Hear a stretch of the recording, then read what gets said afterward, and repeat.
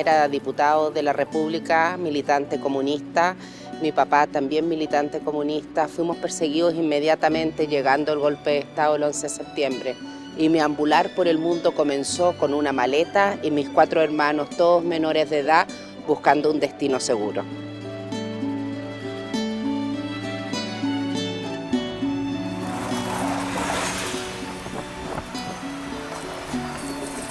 Yo tenía 27 años para el golpe militar y era cercano a don Clodomiro Almeida, no trabajaba en La Moneda.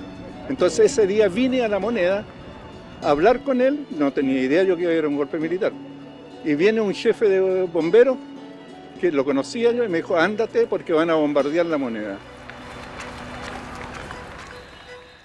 No viví la dictadura, pero viví las consecuencias de ello. Tengo familiares exiliados, mi madre torturada. Y hasta el día de hoy vivir con el miedo. Mi familia vive aún con miedo, le cuesta mucho hablar. El golpe de Estado dividió mi familia. ¿Por qué? Porque nosotros éramos de izquierda. La gran mayoría de nuestra familia era de izquierda. Tuve un hermano que fue condenado a muerte por ser solamente un dirigente, pero nunca portaba armas ni nada de eso. ¿Ya? Se mató a mucha gente, verdaderamente mucha gente, inocente. Desapareció. No se escucha el motor, el rugido del caza que estuvo por algunos segundos sobre la zona de La Moneda. Se escuchan disparos. Hay, según nos informan, 2 muertos a lo menos aquí, en esta calle, y otro en la Moneda. Ahora el avión pasó de forma rasante. Empezaron a bombardear La Moneda.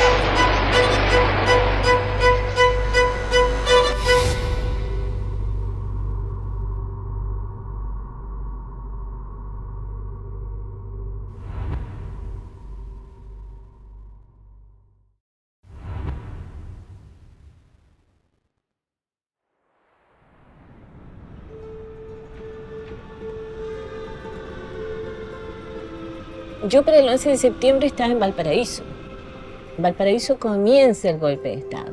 A la madrugada ya comienzan a instalarse los barcos en zonas estratégicas, apuntando cañones hacia la Universidad Santa María y hacia diversos sectores que estimaban que podían ser de resistencia. La ciudad, hablando en Santiago, ¿no es cierto? La ciudad funcionó de una manera muy curiosa porque alguna gente fue a su trabajo, otra gente no fue, la movilización no era constante y empezaron a circular los vehículos de militares. A las 7 de la mañana enciendo la radio para escuchar noticias y dicen, se alzó la Armada y está amenazando con un golpe militar. El Palacio de la Moneda deberá ser evacuado antes de las 11 horas. De lo contrario, será atacado por la Fuerza Aérea de Chile y fuerzas terrestres. En septiembre, cuando fue el golpe, yo estaba en el último año de la secundaria. Tenía 18 años y mi colegio quedaba a 1 cuadra de La Moneda. Entonces cada tanto subíamos al techo, mirábamos los aviones pasar, escuchábamos, prendíamos, está hablando Allende, bajábamos, escuchábamos de la radio cuando estaba hablando Allende y nos pasamos toda la mañana en eso. Esta será seguramente la última oportunidad en que me pueda dirigir a ustedes. La Fuerza Aérea ha bombardeado las torres de Radio Portales y Radio Corporación. Mis palabras no tienen amargura sino decepción. Y serán ellas el castigo moral para los que han traicionado el juramento que hicieron. Empezaron a bombardear La Moneda. En estos instantes empezaron a bombardear el Palacio de La Moneda cuando son 2 minutos.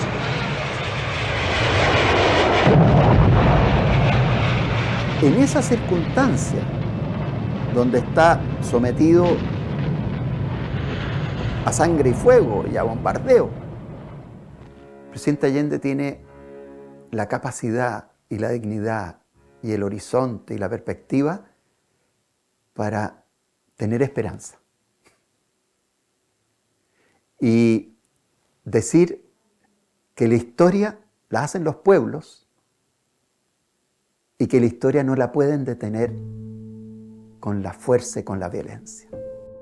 Pero no se detienen los procesos sociales, ni con el crimen, ni con la fuerza. La historia es nuestra y la hacen los pueblos. El pueblo debe defenderla, pero no sacrificar. Trabajadores de mi patria, tengo fe en Chile y su destino. Sigan ustedes sabiendo que mucho más temprano que tarde, de nuevo, abrirán las grandes alamedas por donde pase el hombre libre para construir una sociedad mejor. ¡Viva Chile! ¡Viva el pueblo! ¡Vivan los trabajadores!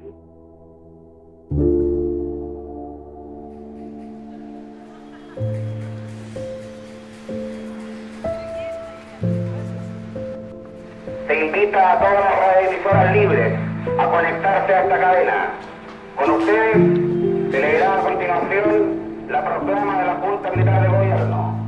Santiago, 11 de septiembre de 1973. Teniendo presente, primero... Cuando fue el golpe de Estado era muy chico, muy pequeño.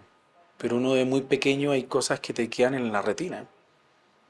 Bajar helicópteros cerca de mi casa, ver militares colgando en los edificios. O sea, tú dices, ¿qué hicimos? O sea, ¿qué nos pasó? Eso se me viene a la cabeza. Recuerdo entrar militares a mi casa, sacar a mi papá, a mi hermano, a llevárselos porque eran hombres, eran adultos, se los tenían que llevar. O sea, ¿y por qué?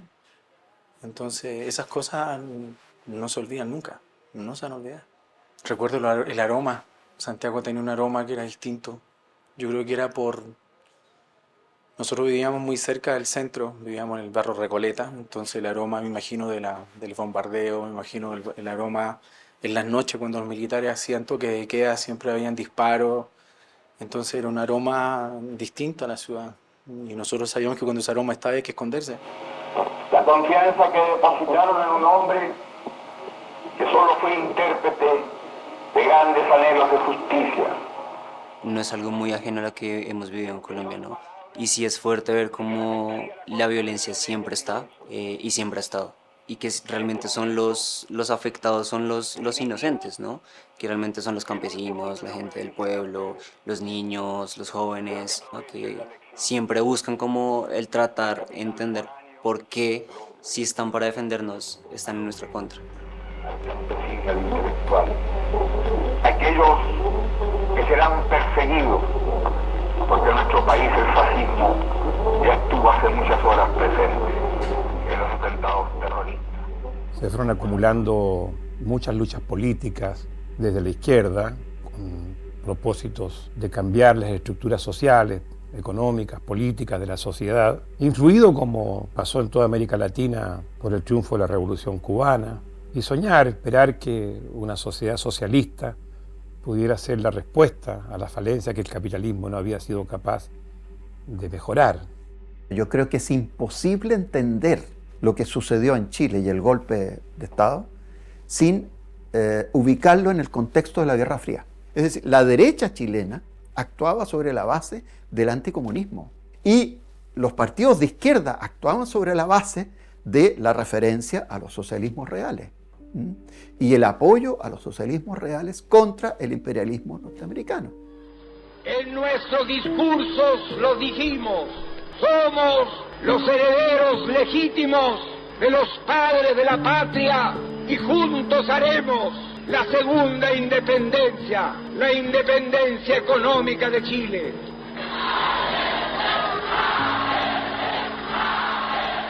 El presidente Allende triunfó en las elecciones, que fue maravilloso, pero no tenía la mayoría absoluta.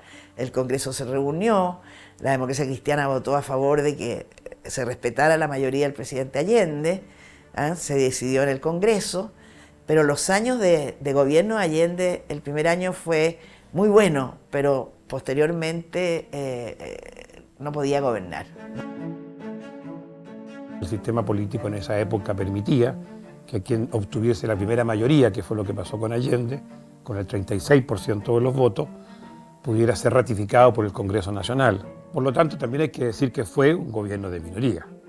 y que se confrontó con una estructura que no fue capaz de soportar las políticas de cambio que representaba la Unidad Popular y que se rebeló.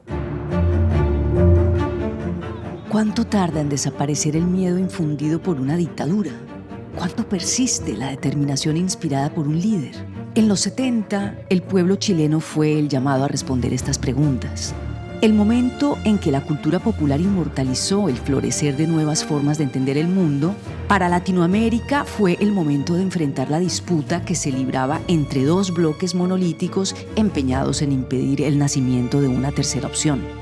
Sin embargo, el presidente chileno Salvador Allende apostó por un socialismo latinoamericano que, legitimado por el voto popular, se proponía devolver a la economía chilena todo lo que le había sido arrebatado.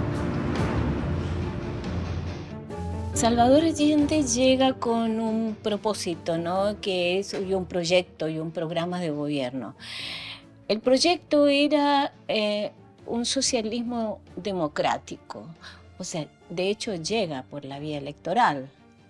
Él firma un acuerdo, un pacto de que no va a tocar a las Fuerzas Armadas, en fin, le ponen por primera vez en el país, ponen una cláusula que lo ata de manos en muchas cosas. O sea, de hecho, el golpe de Estado llega porque no puede sacar a quienes están conspirando al interior de las Fuerzas Armadas. Y eso significó entonces el inicio de lo que él mismo Allende llamaba la vía chilena al socialismo, que era una vía democrática al socialismo y que era la revolución con vino tinto y empanada. Compañero Allende, presente. Compañero Allende, presente. Compañero Allende, presente. Ahora y siempre. Ahora y siempre. Ahora y siempre. Allende yo creo que fue un tipo consecuente y muy valiente sobre todo. Y eso yo creo que es lo que más uno rescata de su legado, la valentía y el amor.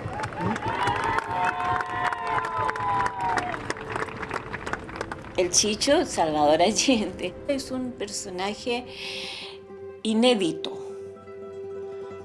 De esas personas que no existen dos veces en la Tierra, o por lo menos en un periodo largo no existen. O sea, pueden imitarlo, pueden parecerse, pueden ser simpáticos y todo lo demás, pero él era un personaje. Era un líder popular, era un líder que establecía lazos fuertes y directos con el pueblo. Sus campañas eran una campaña no absolutamente personal.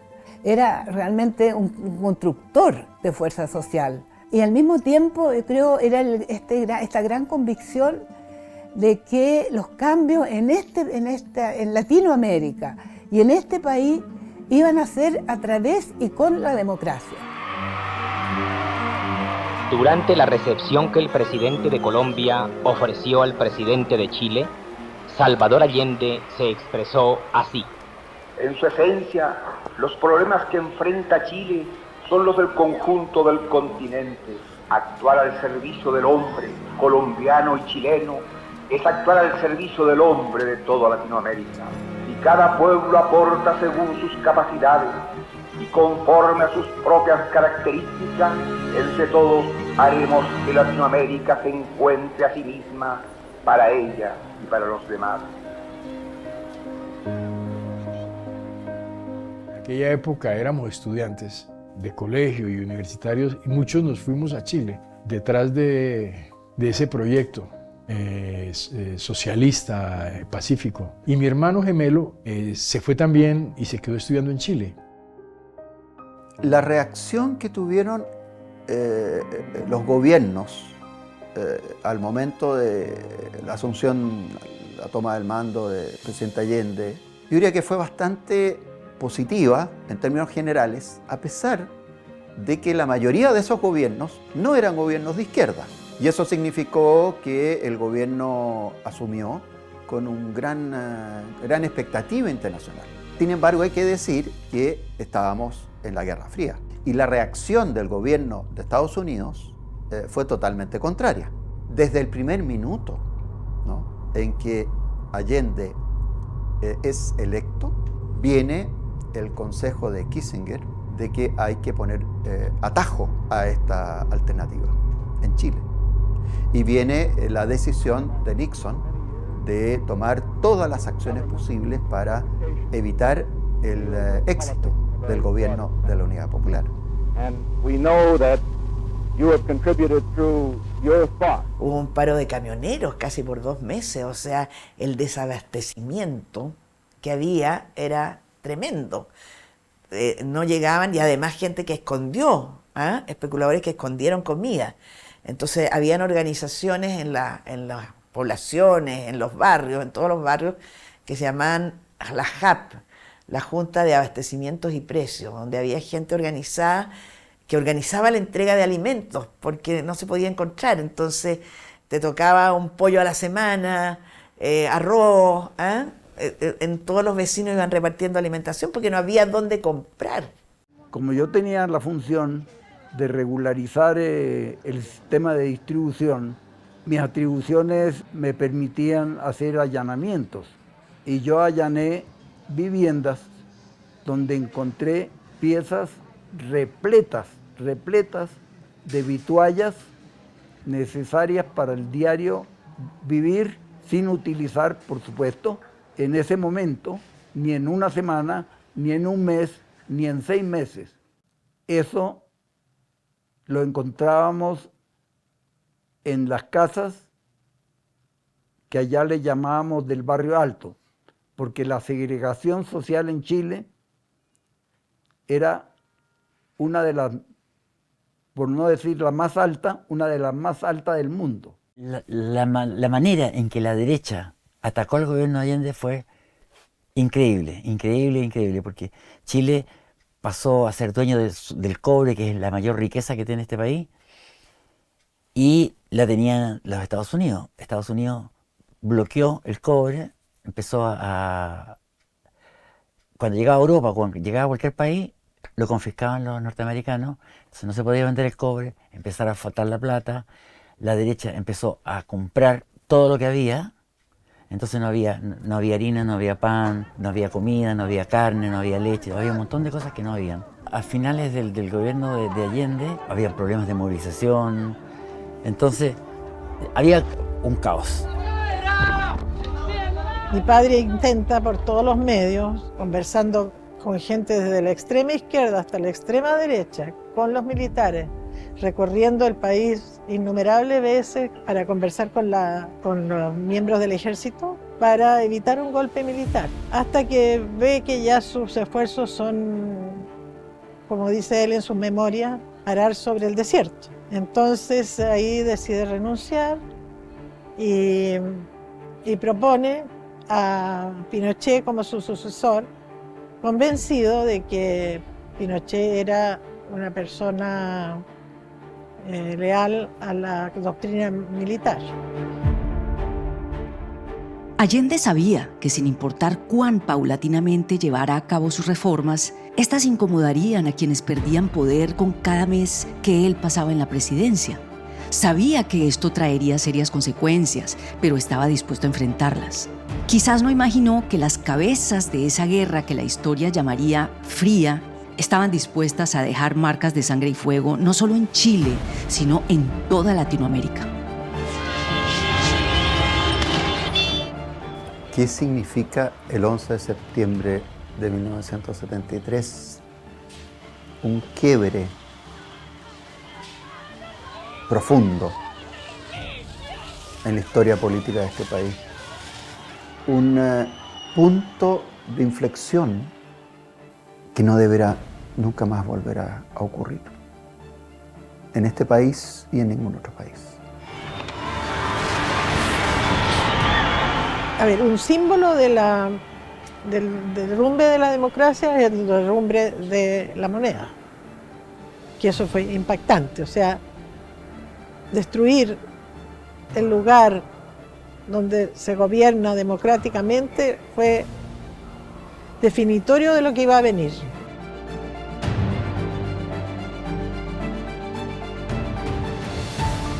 pasamos a la nada, pasamos a ser perseguidos.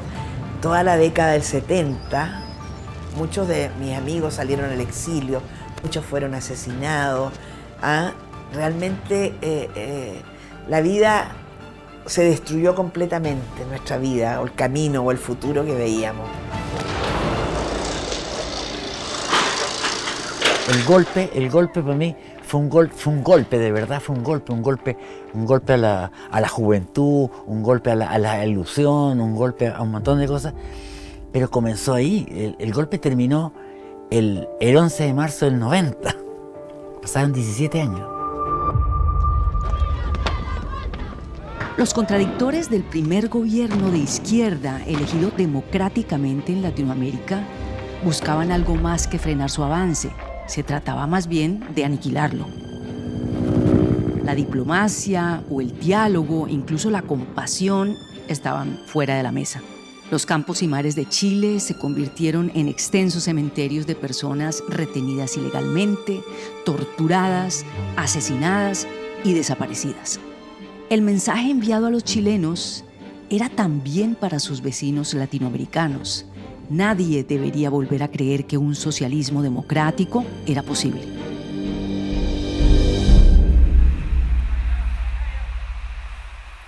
Pinochet era un militar con alto rango y se lo recomendaron que él podía ser el nuevo comandante en jefe del ejército. Cuando abandonó Carlos González, se fue el general González, se fue. Yo pienso que era cercano a Pinochet, pero él lo traicionó. El mismo día 11 de septiembre lo traicionó y fue el hombre más sanguinario que había en la humanidad. Que estén ofreciendo resistencia al nuevo gobierno deberán atenerse a las consecuencias. Segundo, toda industria, vivienda o empresa fiscal debe de poner toda actitud beligerante. Caso contrario, las Fuerzas Armadas actuarán con la misma energía y decisión con que se atacó a la moneda con fuerzas de tierra y aire. Tercero, Pinochet, dentro de todos los oficiales de cualquier área ya, son mucho más educados que él. Él era un guaso realmente, hablaba pésimo, era un guerrero, un tropero. No era para estar ahí. No era un general que ellos tuviesen en la lista, o sea, no era de los conspiradores, él nunca fue de los conspiradores, él fue siempre leal a Salvador Allende, supuestamente. Es más, hay un documento que preguntan del Departamento de Estado, ¿quién es Pinochet? Pinochet no solo es responsable de los crímenes de lesa humanidad, sino que también, y eso es una de las cosas que más le duele a la derecha, es responsable de corrupción con el Banco Rix y los miles de millones de dólares que sacó del país y que tenía en cuentas secretas. El ladrón principal, adjetivo, asesino, genocida, conspirador, traidor y muchos adjetivos que no me permite la televisión expresar, llamado Augusto Pinochet Ugarte, que no fue el que preparó el golpe de Estado. Me recuerdo conversando con un general, en algún momento, un general que trabajó con Pinochet, me decía lo siguiente, me decía, nosotros somos de la artillería. Nosotros en la artillería siempre estamos acostumbrados a mirar alto, porque tenemos que disparar nuestros cañones hacia el cielo. La infantería se arrastra por el suelo y Pinochet es de la infantería.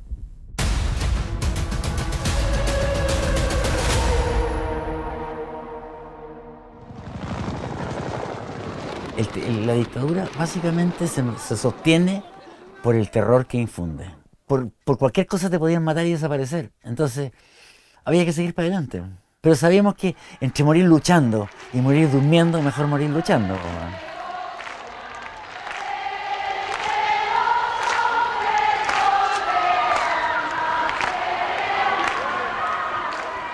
se reprimía a las mujeres que anduvieran con pantalones. Se prohibían escuelas de pensamiento, se quemaban libros, se cerraban carreras universitarias. Una buena parte de la intelectualidad chilena, como también latinoamericana, en sus respectivos países, tuvo que emigrar. Entonces hubo un apagón. Como también tuvimos toque de queda, que duró varios años. También la sociedad chilena se fue opacando, digamos. Y al mismo tiempo la existencia de tantos informantes en los servicios de seguridad fue provocando que la gente ya no hablara.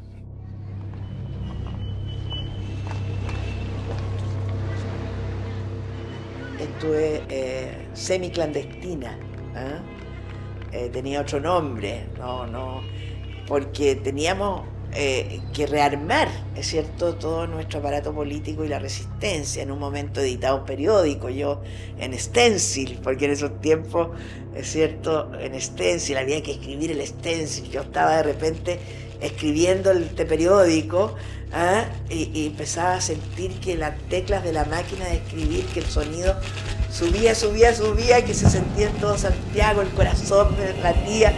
Tranquilízate, ya no pasa nada, siempre en peligro, era la sensación de estar siempre en peligro.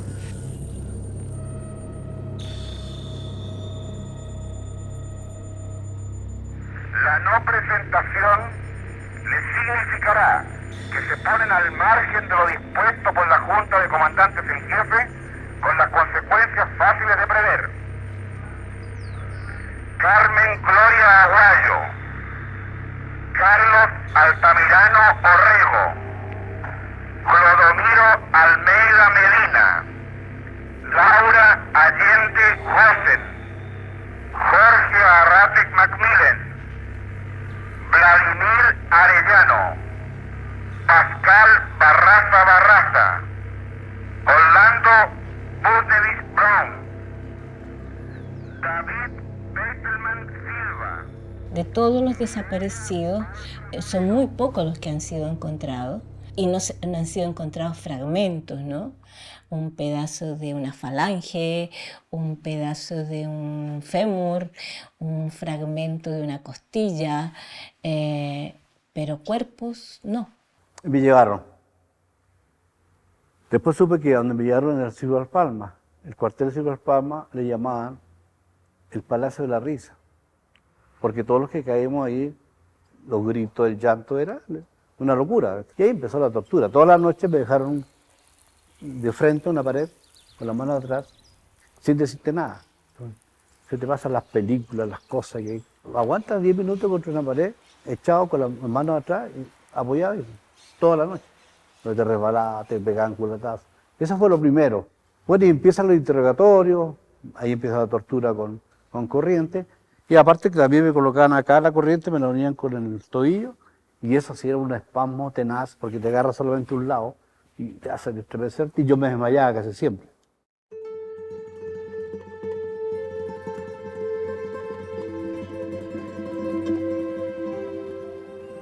Pero el año 74, hasta ese día yo respetaba a los militares, hasta que tuve el mal momento, el lugar equivocado, y fui violada por 20 militares.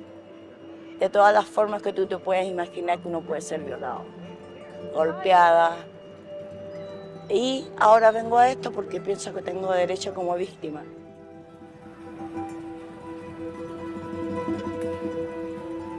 Allí realmente era abordar un nuevo tipo de trauma. Lo fuimos haciendo a través también de un trabajo en equipo. Armamos un equipo médico, psicológico, con psicólogos, yo soy psiquiatra, y fuimos aprendiendo, porque eso no estaba en la formación de los médicos, ni de los psicólogos. No había bibliografía para eso, así que lo hicimos en la práctica. Entonces el solo hecho de acoger y de ser como quien recibe todo ese dolor y toda esa angustia, ¿no? Y toda esa sensación terrible, ¿no? De haber sido torturado por un compatriota, que como un loco, digamos, de crueldad. También nos ayudaba, fíjate, en que se transformaba esta denuncia, este testimonio, se transformaba en una acción de protesta, en una acción en una acción útil para quienes estaban llevando la realidad de Chile en el exterior.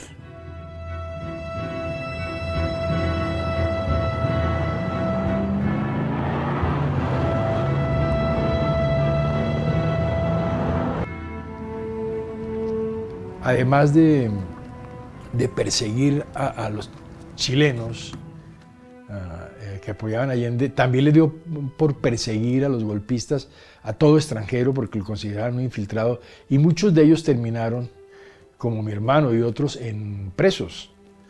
Entonces toda la movilización que se hizo en Colombia alrededor en contra del golpe tuvo también una dimensión, en el caso particular mío, familiar y de amigos que era necesario proteger y sacarlos de Chile. Yo era muy amiga, o sea, es más, vivía en mi casa, Alberto Díaz Uribe, hijo de Apolinar Díaz Calleja. Y bueno, afortunadamente su padre, que era senador en ese entonces, manda un avión, es el primer avión que entra a Chile con ayuda humanitaria. Y logra sacar a todos los colombianos que estaban en Chile. Condiciones bastante precarias, porque por la radio se hablaba y se decía: si usted conoce a un extranjero, denúncielo.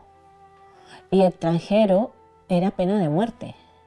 Pero pudo haber habido cerca de 500.000 de personas que salieron de Chile después del golpe para evitar que los asesinasen o los apresasen, con un hecho en donde los estaban fusilando. El más emblemático es Jara, el cantante, al quien le cortan la lengua, simulacros de fusilamiento. Algunos de los colombianos que llegaron aquí, compañeros jóvenes de la edad nuestra, fueron sometidos a simulacros de fusilamiento. Envían un avión de la Fuerza Aérea, que son las primeras frazadas que llegan al Estadio Nacional, que venían con el ribete, que la gente que estuvo ahí lo recuerda, que decía Ejército de Colombia. Y envía víveres para la gente que está en los campos de concentración. Y por lo tanto fue la primera ayuda que hubo para Chile.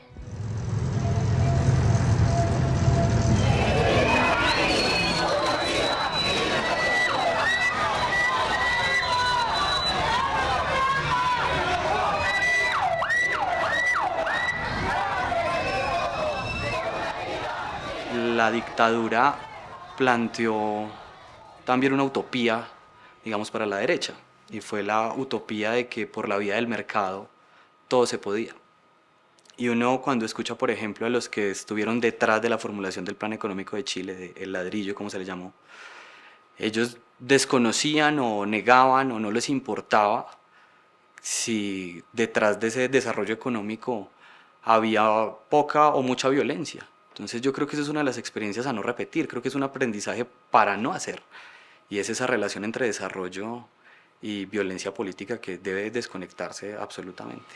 Carvajal informa a Pinochet que la escuela de suboficiales y blindados del Tacna están atacando. Siento que es un aprendizaje tanto verlo desde la historia, pero también porque también es nuestra historia.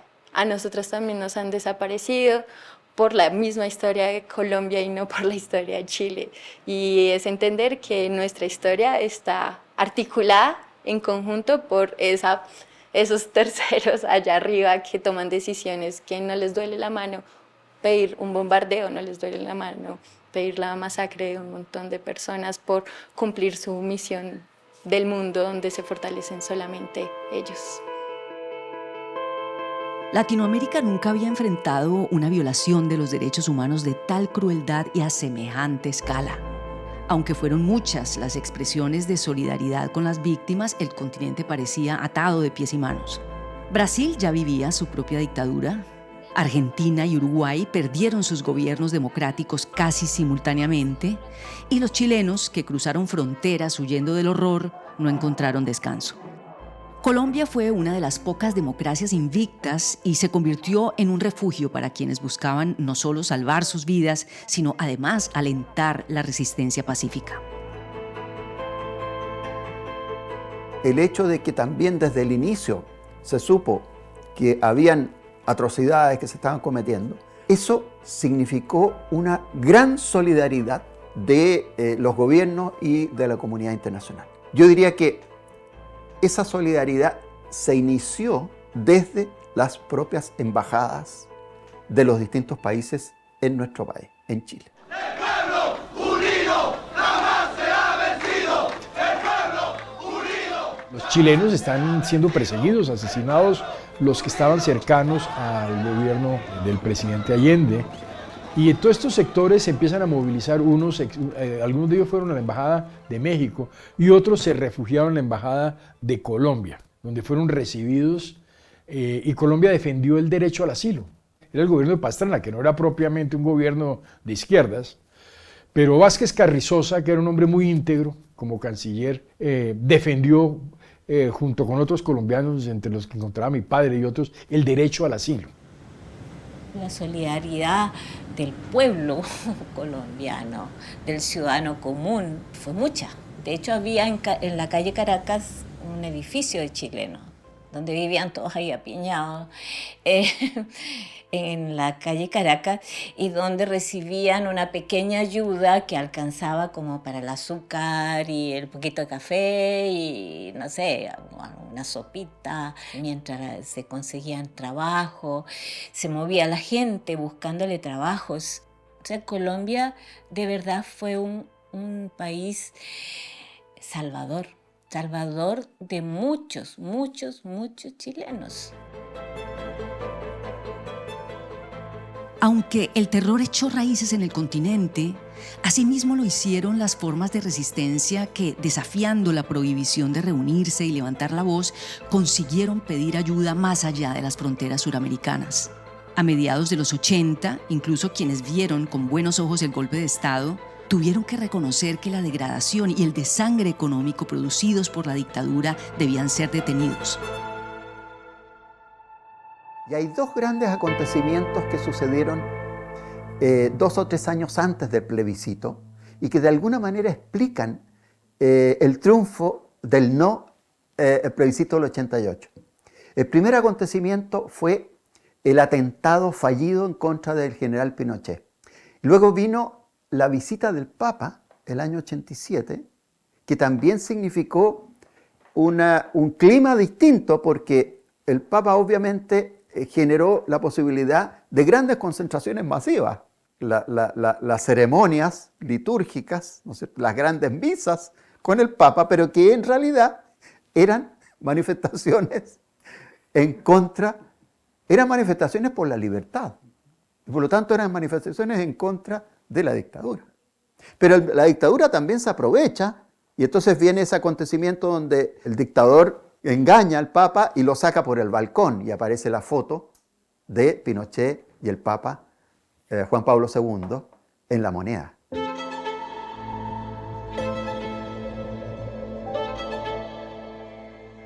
La Constitución del 80 decía en alguna parte que los presidentes iban a durar 8 años y cada 8 años iban a ser reelegidos y podían.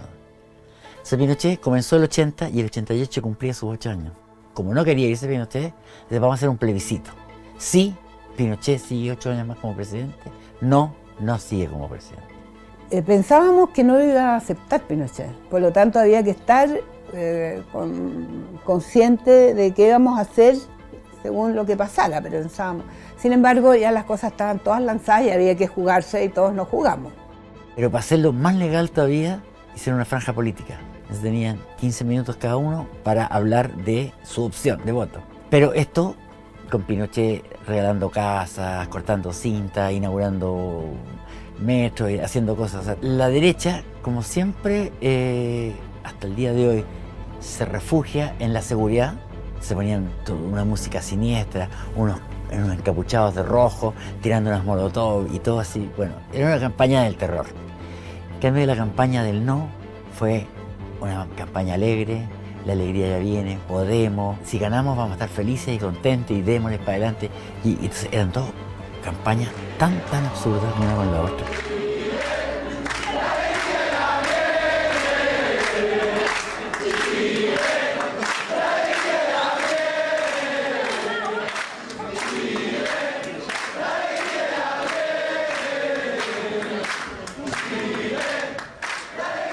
Se decía que Pinochet tenía preparado un golpe ese día, se demoraron los resultados, se había pasado el mensaje de que no celebráramos, ¿no? Porque la celebración podía provocar... Yo estaba en una comuna popular a cargo de un colegio de hombres. Ya a las 5:30 de la mañana había una fila inmensa de hombres esperando votar. Y fue todo el día una cosa así. Hubo 2 o 3 horas en que Santiago estaba detenido. Yo me había ido a una población, estaba todo congelado. Pinochet tenía absolutamente controlado, ¿no?, para impedir aprobar el resultado. Los resultados ahora se cierran las mesas de votación a las 6, 7 de la tarde, a las 8. A las 9, a las 10 ya tiene el 80, el 90% de los votos, sabes cómo terminó. Aquí el resultado no lo entregaron hasta las 1 o 2 de la mañana. No sé por qué. Rodearon el centro con militares para que no entrara gente al centro de la ciudad, donde estaba el centro cómputo, donde estaba la moneda, donde estaba el comando del no. Y cuando empezaron los escrutinios y ganábamos en todas las mesas, ¡ay!, reprimíamos, así aplaudíamos, pero no queríamos. Había militares, había gente de derecha, de los barrios altos. La gente estaba en las puertas de las casas con las radios, escuchando, todos calladitos. Cuando fui subiendo la cuesta, yo ahí ya empecé a tocar la bocina, ta, que era nuestro... Iba a caer. Y en los cerros, hay cerros ahí, habían unos no de fuego.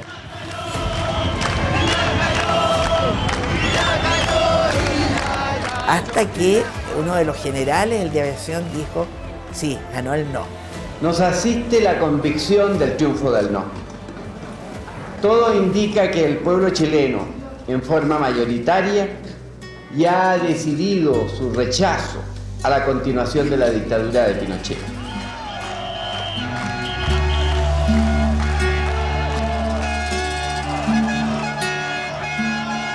Y ahí la alegría fue, nos fuimos al centro de Santiago, la casa del no estaba en la Alameda, frente a la Universidad Católica. Se juntó mucha gente ahí hasta las 6 de la mañana, con unos pañuelos blancos, le gritábamos chao al dictador. Realmente el plebiscito fue un renacer, le ganamos al dictador sin derramar sangre, con un lápiz. Todavía me emociono.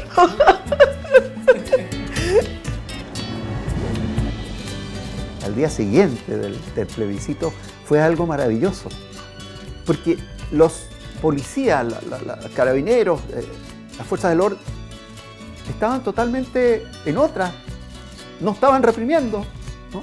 Y la gente, ¿cómo era la alegría?, ¿no?, que le entregaba rosas a los policías. La gente se abrazaba con los policías en la calle. Era una cosa, era otro país.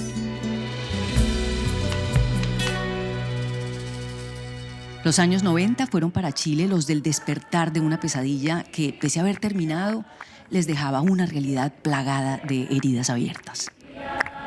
Una generación entera había crecido castrada en su ejercicio político y el disfrute de sus derechos. El entramado de intereses económicos que se había alimentado de la dictadura permanecía intacto, sin importar que ahora el país viviera en democracia. Yo no viví el 73, yo nací después, pero para mí es muy importante conservar la memoria, porque sin memoria no somos nada, o sea, y todavía hay más de 1000 familias que buscan a sus seres queridos, entonces yo no puedo vivir en un país que no tenga justicia.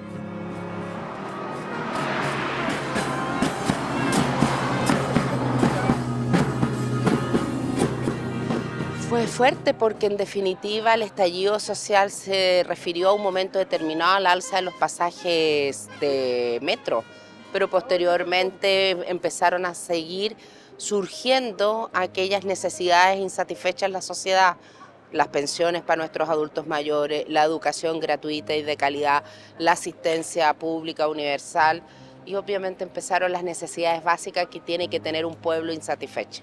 Con unión y sin tus armas nos armamos de las almas, desarmadas, quebradas y afiladas como lanzas.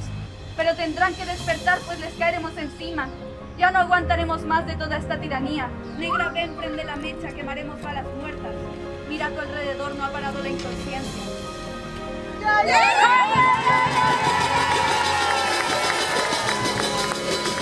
Muchas mujeres de nuestros movimientos estuvieron en las universidades y se crearon estudios de género en muchas universidades. Y eso dio fruto. Entonces el 2018 salieron miles, decenas de miles de mujeres jóvenes a las calles en una protesta contra el acoso sexual en las universidades, declarándose feministas. Fue maravilloso, yo no lo podía creer. ¿Ah? Fue un estallido feminista el 2018 en todo el país.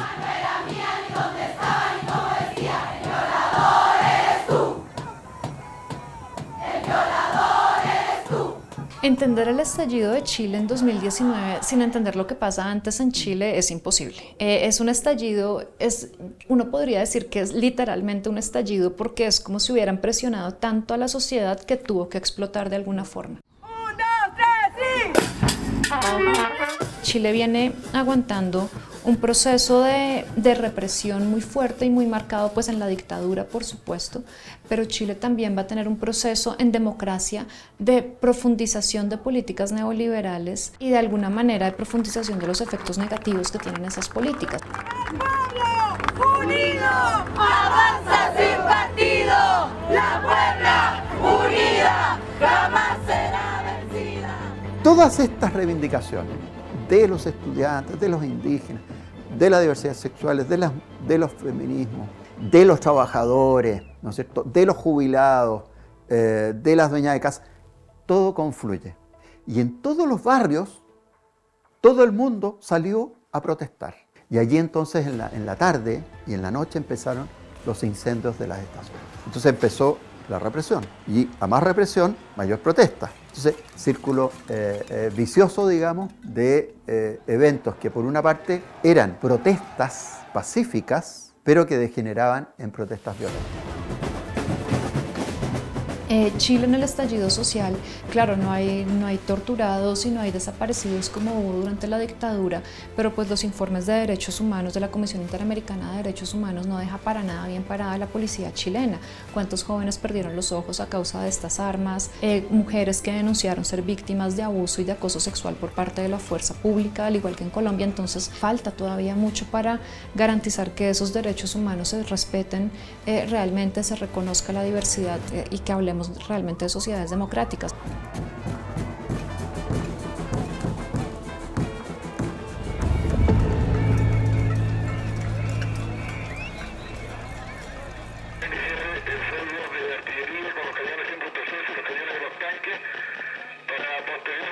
Viendo estos videos que nos sirven también para reflexionar, es importante recalcar que la cultura y la educación es algo en lo cual todos los países latinoamericanos tenemos que seguir trabajando, porque a partir de esa base es que los jóvenes y las personas que van a vivir en el futuro van a hacer que el país también cambie. Para abandonar la moneda. Estoy plenamente de acuerdo con la colega, es importantísimo la educación en la casa, en los colegios, que no se tergiversen las cosas, que los chicos no crezcan con una polaridad, sino que puedan crecer ojalá entendiendo que la política es necesaria para un país, pero no las divisiones. Yo siempre veo Colombia como una oportunidad en general.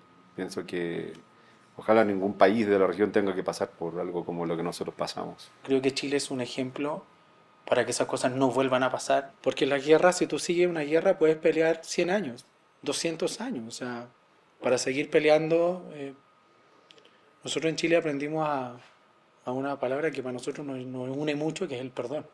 Muchas veces me preguntan, oye, pero ¿cómo pasaste todo ese tema? Ustedes mostraron un video hace un rato y yo me he negado toda la vida, a mis 54 años, a estar mirando ese video porque fue un tema muy doloroso. Pero uno, ¿cómo sale de eso y cómo avanza? Con el perdón, pero sin olvidar lo que pasó.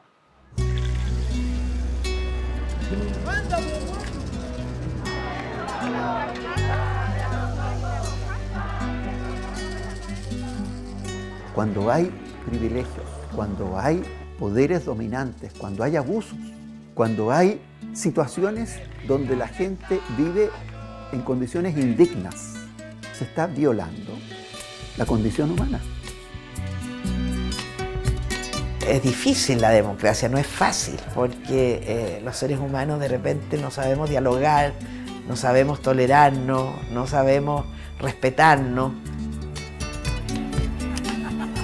Yo creo que uno se debe, para mal o para bien, respetar los periodos presidenciales. Eso es determinante. Parte de la democracia es respetar las urnas. No, libertad, igualdad, fraternidad, sí, son los grandes principios, esos son valores. Y eso no puede ser un discurso, debe ser una realidad compartida. La democracia es la fiesta de la diversidad, pero es también la fiesta de la justicia. Y cualquiera que interrumpa esa fiesta, cualquiera que destruya la posibilidad de que exista esa fiesta, atenta contra la humanidad. 50 años después del bombardeo al Palacio de la Moneda y casi 20 después del regreso de la democracia, los chilenos continúan cicatrizando y reconstruyéndose. Al igual que ellos, sus vecinos latinoamericanos han dedicado las últimas décadas a crear una memoria colectiva que les recuerde a sus ciudadanos la importancia de rechazar el poder tomado por las armas, que enaltezca el valor de defender pacíficamente el derecho a convivir en la diferencia y que haga que nunca se les olvide que hubo un momento en que para muchos latinoamericanos la democracia fue un privilegio. Es muy importante hacer memoria porque es la historia. La memoria debe ser positiva en el sentido de que nunca más. Pero por lo mismo yo creo que la enseñanza es que nunca más la violencia tiene que ser usada como un mecanismo de acción política. Y eso tiene que ver con la democracia y la calidad de la democracia. La arrogancia de las armas, es el daño del que generan esa arrogancia del que está armado, ¿no? Qué bueno que lo de los 50 años de Chile se esté recordando más que conmemorando para no volverlo a repetir ni en Chile ni en ninguna parte.